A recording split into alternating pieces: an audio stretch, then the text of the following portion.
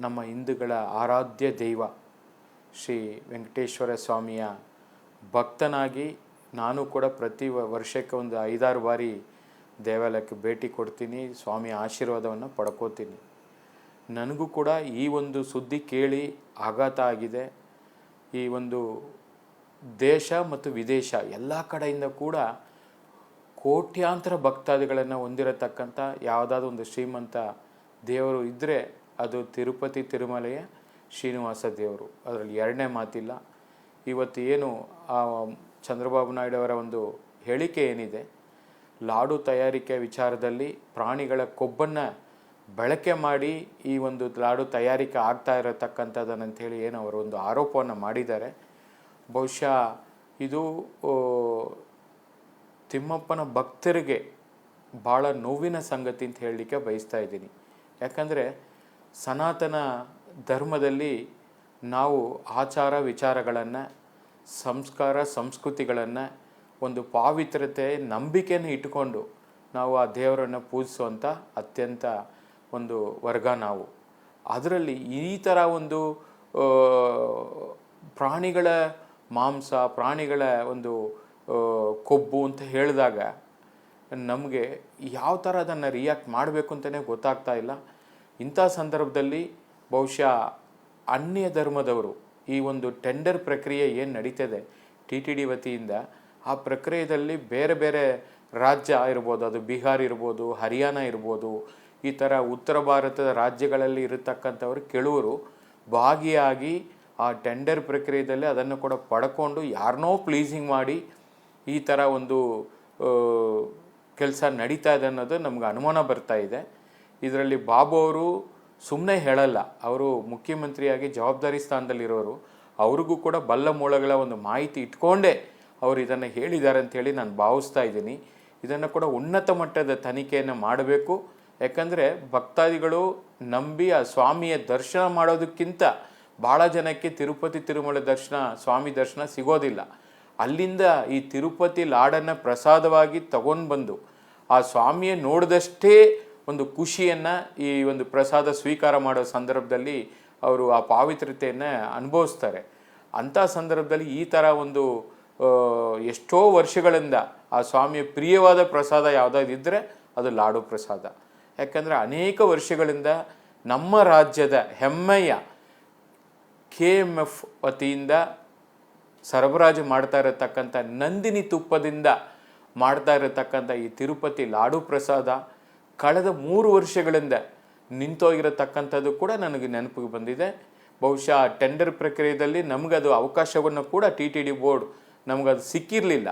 ಅದು ಈಗ 1 ತಿಂಗಳ ಹಿಂದೆ ಮತ್ತೊಮ್ಮೆ ಅದು ನಮಗೆ ಸಿಕ್ಕಿರತಕ್ಕಂಥದ್ದು ನಮ್ಮೆಲ್ಲರಿಗೂ ಕೂಡ ಕರ್ನಾಟಕದ ಕನ್ನಡಿಗನಾಗಿ ಒಂದು ಹೆಮ್ಮೆಯ ವಿಚಾರ ಅಂತ ಹೇಳಲಿಕ್ಕೆ ಬಯಸ್ತಾ ಇದ್ದೀನಿ.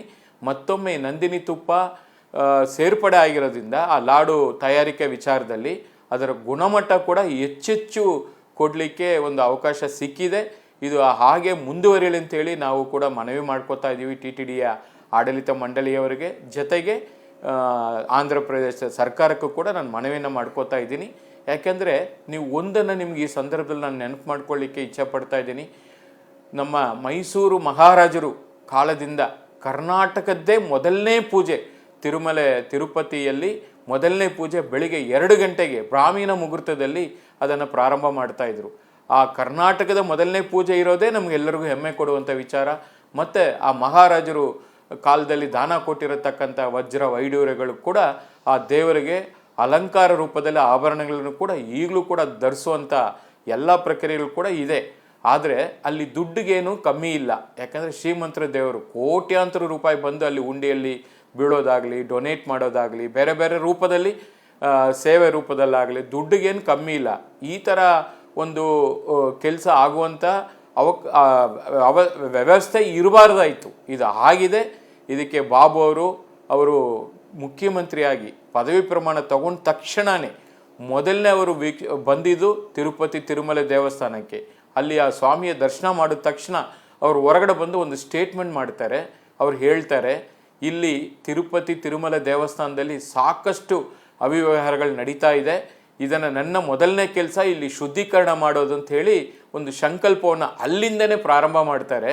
ಅವರು ಹೋದ ತಕ್ಷಣವೇ ಒಬ್ಬರು ಶ್ಯಾಮಲಾ ರಾವ್ ಅಂತ ಹೇಳಿ ಒಬ್ಬ ಖಡಕ್ IAS ಆಫೀಸರ್ನ ಅಡ್ಮಿನಿಸ್ಟ್ರೇಟರ್ ಆಗಿ ತೆಗೆದುಕೊಂಡು ಬಂದು ಅಲ್ಲಿ ಏನೇನು ಅವ್ಯವಸ್ಥೆಗಳು ನಡೀತಾ ಇದೆ ಅದನ್ನೆಲ್ಲ ಕೂಡ ವಿಜಿಲೆನ್ಸನ್ನು ಒಂದು ಟೀಮನ್ನು ಮಾಡಿ, ಅದು ಲಾಡು ತಯಾರಿಕೆ ಇರ್ಬೋದು ಮತ್ತು ದರ್ಶನದ ವ್ಯವಸ್ಥೆ ಇರ್ಬೋದು, ಅಲ್ಲಿ ಇರತಕ್ಕಂಥ ಎಲ್ಲ ಕೆಲಸಗಳಿಗೂ ಕೂಡ ಆ ವಿಜಿಲೆನ್ಸ್ ಮೂಲಕ ದಾಳಿ ಮಾಡಿ ಯಾರು ಇಂಥ ಕೃತ್ಯಕ್ಕೆ ಕೆಲಸಕ್ಕೆ ತೊಡಗಿಸ್ಕೊಂಡಿದ್ದಾರೆ ಅವ್ರನ್ನೆಲ್ಲವನ್ನೂ ಕೂಡ ಬಲಿ ಕೊಡುವಂಥ ಕೆಲಸವನ್ನು ಇವತ್ತು ಆ ಅಧಿಕಾರಿ ಮಾಡ್ತಾ ಇದ್ದಾರೆ.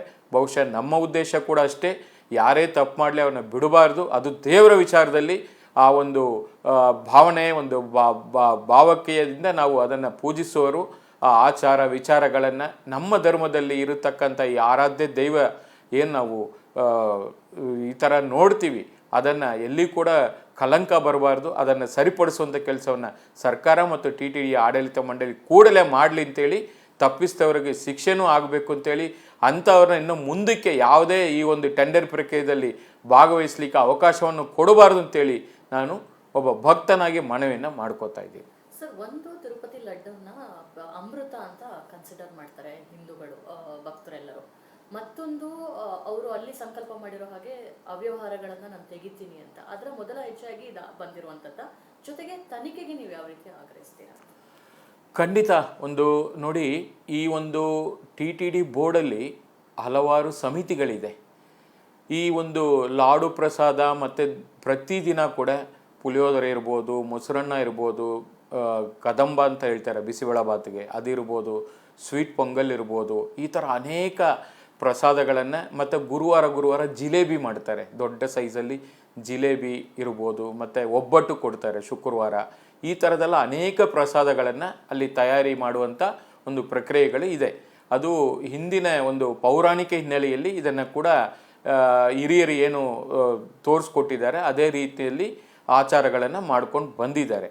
ಬಹುಶಃ ಅದಕ್ಕೆ ಆದಂಥ ಒಂದು ಕ್ವಾಲಿಟಿ ಕಂಟ್ರೋಲ್ ಅಂಥೇಳಿ ಒಂದು ಕಮಿಟಿ ಇದೆ. ಅದರ ಗಮನಕ್ಕೂ ಕೂಡ ಇದು ಬಂದಿರುತ್ತೆ. ಆ ಕ್ವಾಲಿಟಿ ಕಂಟ್ರೋಲ್ ಏನಿದೆ ಅದನ್ನು ಉನ್ನತ ಮಟ್ಟದಲ್ಲಿ ತನಿಖೆ ಮಾಡಿ ಇದು ತಪ್ಪಿತರ ವಿರುದ್ಧವಾಗಿ ಕ್ರಮ ತಗೊಳ್ಳೋದು ಒಂದು. ಎರಡನೇದಾಗಿ ಇಲ್ಲಿ ಯಾವುದೇ ರಾಜಕೀಯ ಬೇಕಿಲ್ಲ. ಹಿಂದಿನ ಸರ್ಕಾರ ತಪ್ಪು ಮಾಡಿರಲಿ, ಈಗ ಬರುವಂಥ ಸರ್ಕಾರ ತಪ್ಪು ಮಾಡಿರಲಿ, ಅದನ್ನು ತಿದ್ದುಕೊಂಡು ಯಾವುದೇ ದೋಷ ಇಲ್ಲದೆ ತಿಮ್ಮಪ್ಪನ ಭಕ್ತಾದಿಗಳಿಗೆ, ಬಹುಶಃ ಅವರ ಭಾವನೆಗಳಿಗೆ ಸರಿಯಾದ ರೀತಿಯಲ್ಲಿ ನ್ಯಾಯ ಕೊಡಿಸುವಂಥ ಕೆಲಸವನ್ನು ಆಂಧ್ರ ಸರ್ಕಾರ, ಆಡಳಿತ ಮಂಡಳಿ, TTD ಮಾಡಬೇಕು ಅಂತೇಳಿ ನಾನು ಪ್ರಾರ್ಥನೆ ಮಾಡ್ತಾ ಇದ್ದೀನಿ. ರಾಜ್ಯದಲ್ಲಿ ಸಮ್ಮಿಟ್ಗಳ ಇತಿಹಾಸದಲ್ಲೇ ಮತ್ತೊಂದು ಮೈಲುಗಲ್ಲು ಸೃಷ್ಟಿಸೋಕೆ ವೇದಿಕೆ ಸಿದ್ಧವಾಗಿದೆ. ರಿಪಬ್ಲಿಕ್ ಕನ್ನಡ ಮಹಾಸಂಗಮ. ಇದು ಕನಸಿನ ಕರ್ನಾಟಕಕ್ಕಾಗಿ ದಿಗ್ಗಜರ ಸಮಾಗಮ.